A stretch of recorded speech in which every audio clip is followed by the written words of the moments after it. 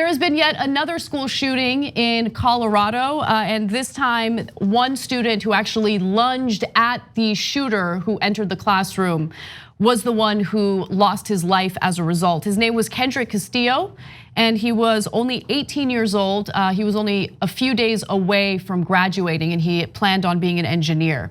Now, one of the students who was interviewed after the shooting said the only thing he said, meaning the shooter, out loud to the students was, "Don't you move." And also, Kendrick Castillo, according to the New York Times, lunged to stop the gunman and was shot dead. 8 other students were wounded in the shooting, which the authorities said was carried out by 2 fellow students. And I have no interest in sharing what their names are, but they are in custody. So one was an 18-year-old, the other one was a 16-year-old, and an 18-year-old student said that once Castillo rushed the shooter, other students, a cluster of boys, tackled the gunman, allowing her and others to flee the classroom, and it saved their lives. So look, it's hard to talk about these stories without getting emotional, because then they talk about how Kendrick's dad showed up in the courtroom when the suspects were first brought in, and when you think about that dad looking at the student that killed his son, who was and his son was an absolute hero, it's tough to think about. And this is 7 miles from Columbine, 20 years after Columbine, and what's happened in those 20 years? It went from, oh my God, it's the most dramatic, unbelievable story we've ever heard, to it happens every single day. And so this is a shootout at the OK Corral writ large for the whole country. There was a shooting at UNC just a couple of days ago. And by the way, similar story. A hero jumps in front of the gunman, saves everybody's lives. But now, and there are some training videos now about how to sacrifice yourself to save others in these kind of shootings. This is the country we live in now, where, and they had private security at this school.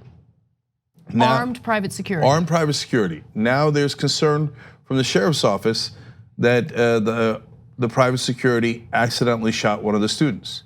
Now, no, not one of the students. So actually, I mean, one of the innocent students. No, they're suspecting, and look, they're investigating it right now. But the Douglas County Sheriff's deputies, of course, arrived to the scene. And one of the deputies apparently got shot, and there's a question as to whether or not the armed security guard accidentally did so, opened fire in the middle of the chaos, because understand, it's in the middle of chaos. And so if you have multiple armed individuals in that situation, I mean, the assumption is, well, you have the good guys with the gun, and so they're gonna save the day. But in a lot of cases, that is not what happens with this armed security. Yeah, there's a lot of madness here, and all the facts will get sorted out after a couple of days. The first couple of days are the hardest to ascertain exactly what happened. The sheriff's office not being awfully clear yet, and I get it, they're doing an investigation, it's super important.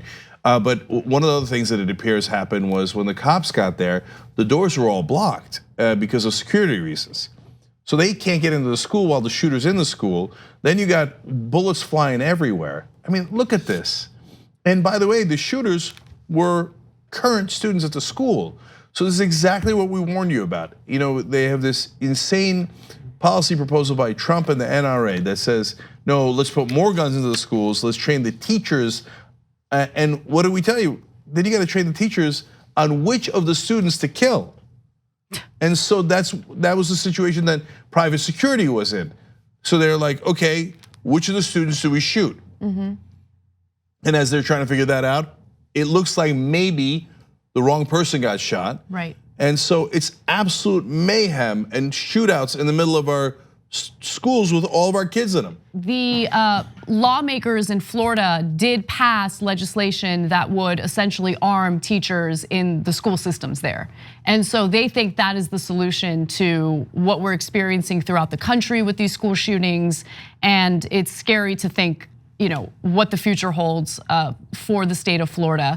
I also want to note that there was a vigil held the day following the shooting at the STEM school, and the students walked out. So I want to show you some video, and then I'll fill in the blanks and give you some more details. Mental health, mental health, mental health, mental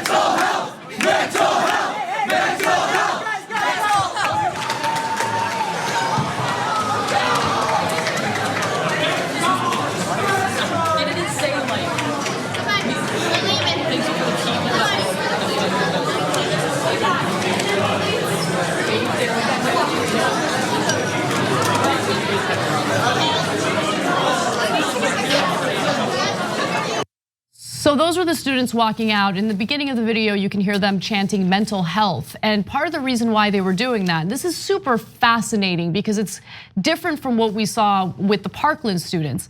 First, they felt that their voices weren't really being heard as part of this vigil, that it wasn't really about them. According to the Daily Beast, after sitting through remarks by Representative Jason Crow and Senator Michael Bennet at the vigil the following day, and realizing that the program was centered around changing gun laws, students who had hoped to speak lost patience and walked out. So they didn't feel like it was about them, and it seemed like they did not want to have a discussion about gun control. They were much more interested in having a discussion about mental health. Yeah, that was not, at least in the article that I read, but that seems fairly clear from their chanting. So look, I think that moms demand action and team enough, and the politicians that went meant well, but I think it's the wrong approach. I don't care what their political opinion is, they just suffered a tragedy. I would prefer that the politicians go there and listen. I think it's respectful to go, but if you're gonna give political speeches and you're not gonna let the students talk and grieve and in any way that they want, then I think it's the wrong approach. Look, to be fair to the groups that put it together, they realized that and they apologized.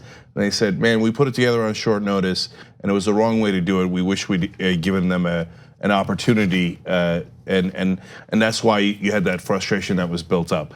And look, as in Parkland, you didn't have to agree with the students who were for gun control. If you think it's a better idea to put guns all over the schools, and maybe we should just arm the kindergartners too. And some people do literally believe that. Sacha Baron Cohen showed that in some of his skits. Okay, that's your opinion, and everybody has one. And just because you're a victim doesn't mean that we all have to agree. And of course, all the victims don't agree. There's lots of political ideology that's covered in the country, and including in these students. But in terms of what we should do, in my opinion on it, it's super obvious, and it's obvious to the overwhelming majority of the parents. If you tell parents, and they've done polling on it, should we put more guns or less guns into schools? Less guns wins in a landslide. But unfortunately, we've lost our democracy. I would love it if we could have a real debate in this country and then a real vote in this country. And conservatives get to say whatever they want, whether it's mental health or anything. And by the way, the Republicans don't do anything about mental health either. In fact, they cut funding to mental health. So it's a lose-lose. You don't get anything from them other than I gotta help the NRA sell more guns.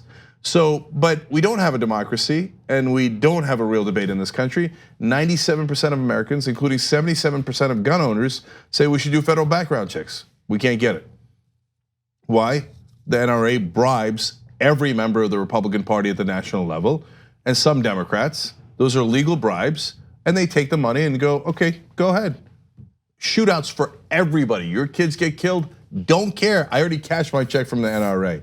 And that is a stone cold reality. What do you want? 99% of Americans to ask for federal background checks? It doesn't matter because of the corruption. wolf-pac.com/join. If you don't get the money out, we're never gonna fix any of these issues, including this one. The TYT Plus app is now available on iOS and Android. Download to get more TYT content at tyt.com/app.